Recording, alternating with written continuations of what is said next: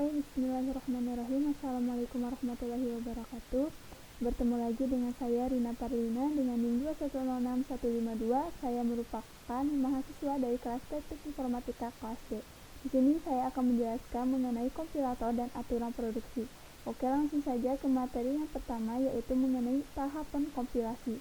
Tahapan kompilasi atau yang kita sering dengar compiler merupakan suatu program yang dapat membaca suatu bahasa pemrograman atau source language dan kemudian diterjemahkan ke dalam bahasa pemrograman lain atau target language.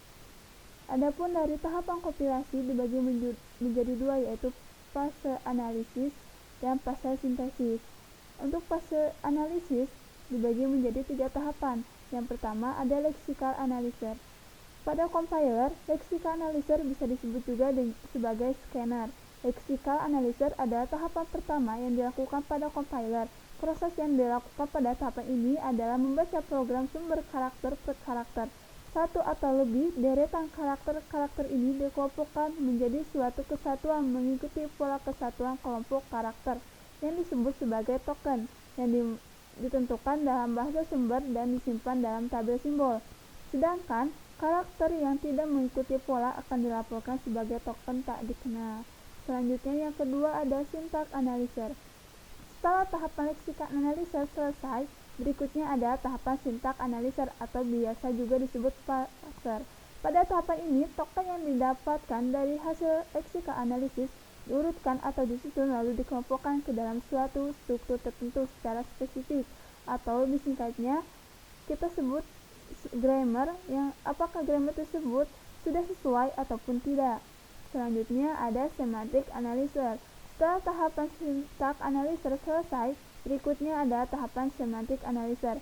Tahapan semantic analyzer merupakan tahapan yang penting karena merupakan pusat dari tahapan kompilasi dan juga merupakan jembatan antara fase analisis dan fase sintesis pada compiler. Pada tahapan ini, program sumber akan diperiksa untuk mencari kemungkinan kesalahan semantik dengan cara memanfaatkan struktur hierarkial yang dihasilkan dari tahapan syntax analyzer. Pada tahapan ini akan dihasilkan suatu kode yang executable pada kompilasi yang sederhana, lalu dimanipulasi dengan berbagai optimization dari translator sampai nanti benar-benar executable dihasilkan. Tahapan kompilasi yang kedua yaitu fase sintesis.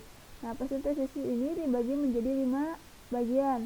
Yang pertama ada intermediate code generator, merupakan tahapan awal dari fase sintesis, atau intermediate code generator yang disebut dengan kode antara, merupakan proses yang dilakukan pada tahapan ini untuk mengenerate atau membangkitkan suatu kode berdasarkan prasasti, lalu selanjutnya diterjemahkan ke dalam bahasa bentuk tree address code, quadruples atau triples.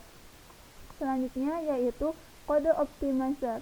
Setelah melakukan tahapan intermediate code generator, berikutnya yang dilakukan adalah tahapan kode optimizer. Adapun yang dilakukan pada tahapan ini adalah mengoptimisasi kode sehingga menjadi kode yang executable. Tahapan ini dilakukan untuk mempercepat waktu eksekusi dari suatu program dengan cara menghilangkan redundasi pada kode. Selanjutnya ada kode generator, merupakan tahapan terakhir pada proses kompilasi. Pada tahapan ini akan dilakukan penentuan register untuk masing-masing variabel.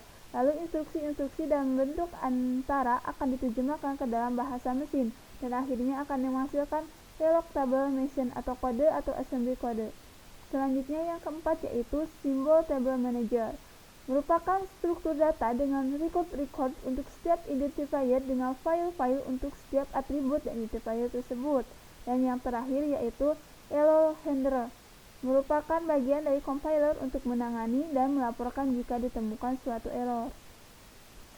Selanjutnya, adapun contoh dari compiler program bahasa, di sini saya menggunakan bahasa C.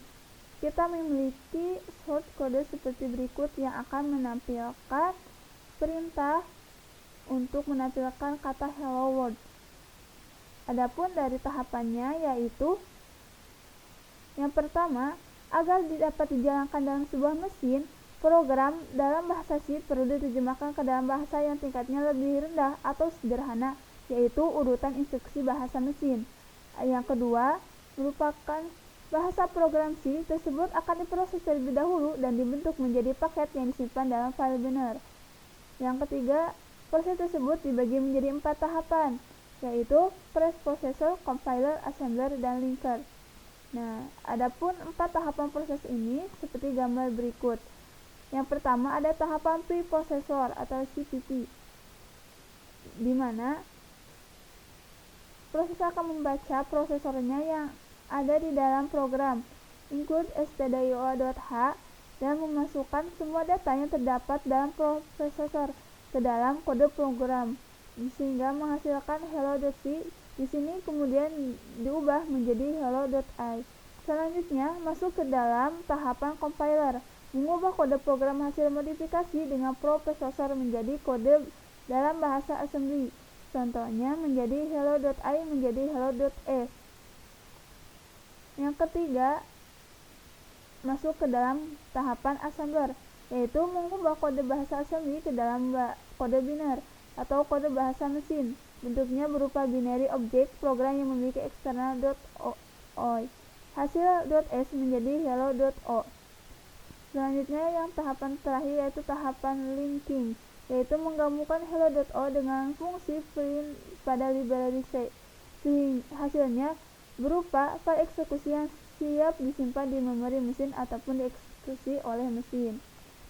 Selanjutnya yaitu mengenai aturan produksi. Contoh dari aturan produksi yang pertama, kita